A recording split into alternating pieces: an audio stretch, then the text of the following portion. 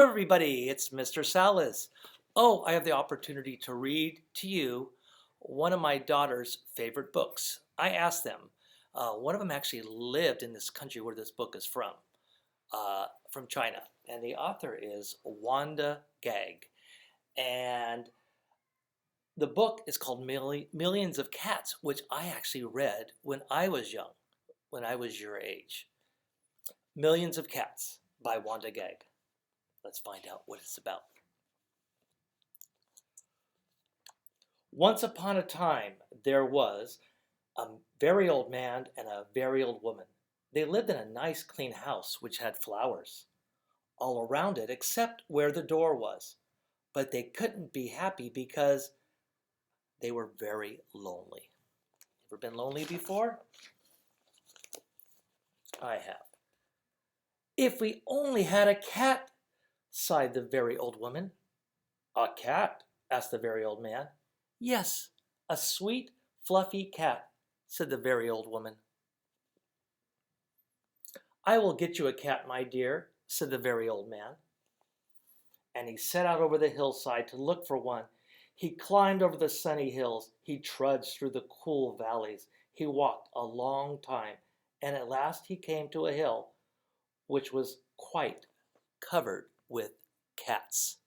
Wow, a lot of cats. How many cats?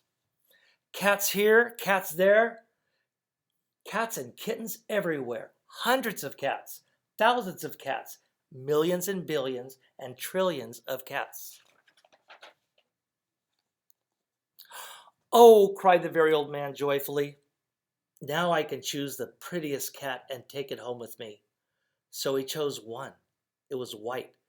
But just as he was about to leave, he saw another one, all black and white, just as pretty as the first. So he took this one also. But then he saw a fuzzy gray kitten way over here, which was every bit as pretty as the others. So he took it too.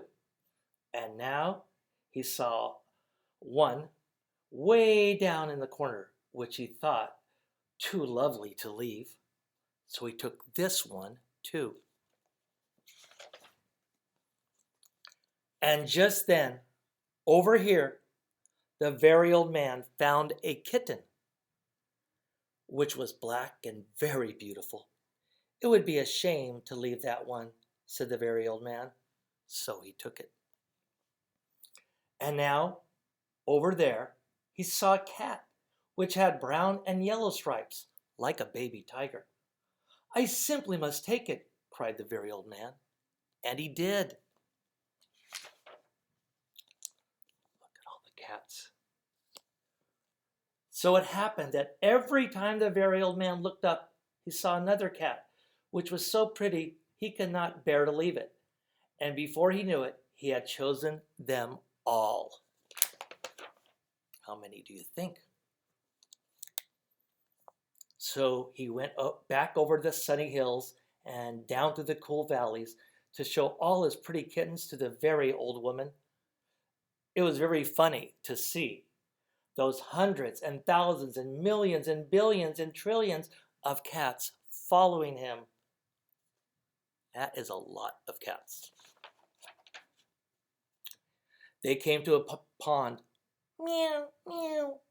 We are thirsty, cried the hundreds of cats, thousands of cats, millions and billions and trillions of cats. Well, here's a great deal of water, said the very old man. Each cat took a sip of water, and the pond was gone. Meow, meow. We are hungry, said the hundreds of cats, thousands of cats, millions and billions and trillions of cats.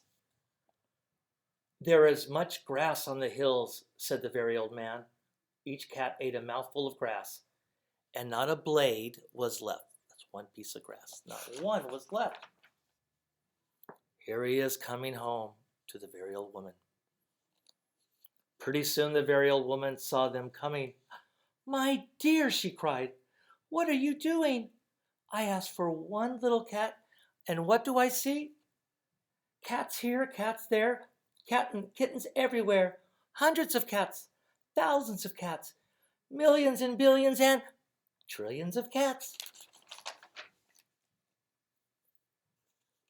But we can never feed them all, said the very old woman.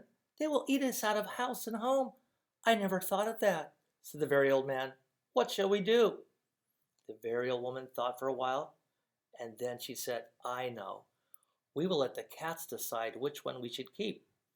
Oh, yes, said the very old man, and he called to the cats, which one of you is the prettiest? I am, no, I am. No, I am the prettiest. I am, no, I am, and I am, and I am. Oh my gosh, they all cried, the hundreds and thousands and millions and billions and trillions of voices, for each cat thought itself the prettiest. I call that being a little vain. They bit and scratched and clawed each other and made such a great noise that the very old man and the very old woman ran into the house as fast as they could.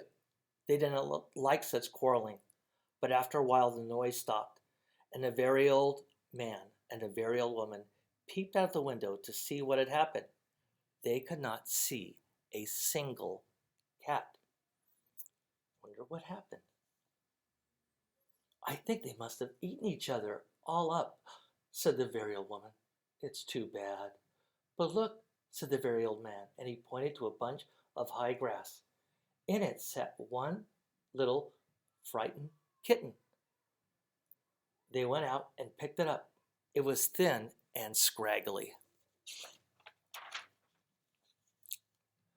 Poor little kitty, said the very old woman. Poor little kitty, said the very old man. How does it happen that you were not eaten up with all those hundreds and thousands and millions and billions and trillions of cats? Oh, I'm just a very homely little cat, said the kitten. So when you asked who was the prettiest, I didn't say anything. So nobody bothered me. They took the kitten into the house, where the very old woman gave it a warm bath and brushed its fur until it was soft and shiny. Every day they gave it plenty of milk, and soon it grew to be nice and plump.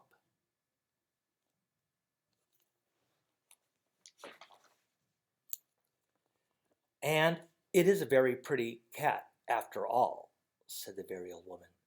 It is the most beautiful cat in the world, said the very old man.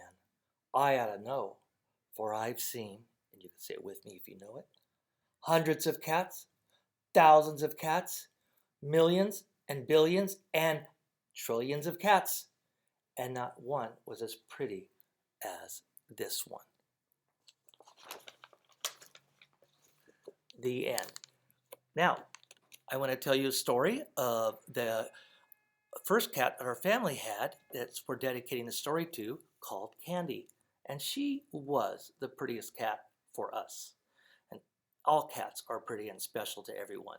And I also want to let you know that there's two cats living in Hong Kong right now named Mei Mei and Hee Hee. And Mei Mei in Cantonese means little sister. And Hee Hee means, I think it just means hee hee.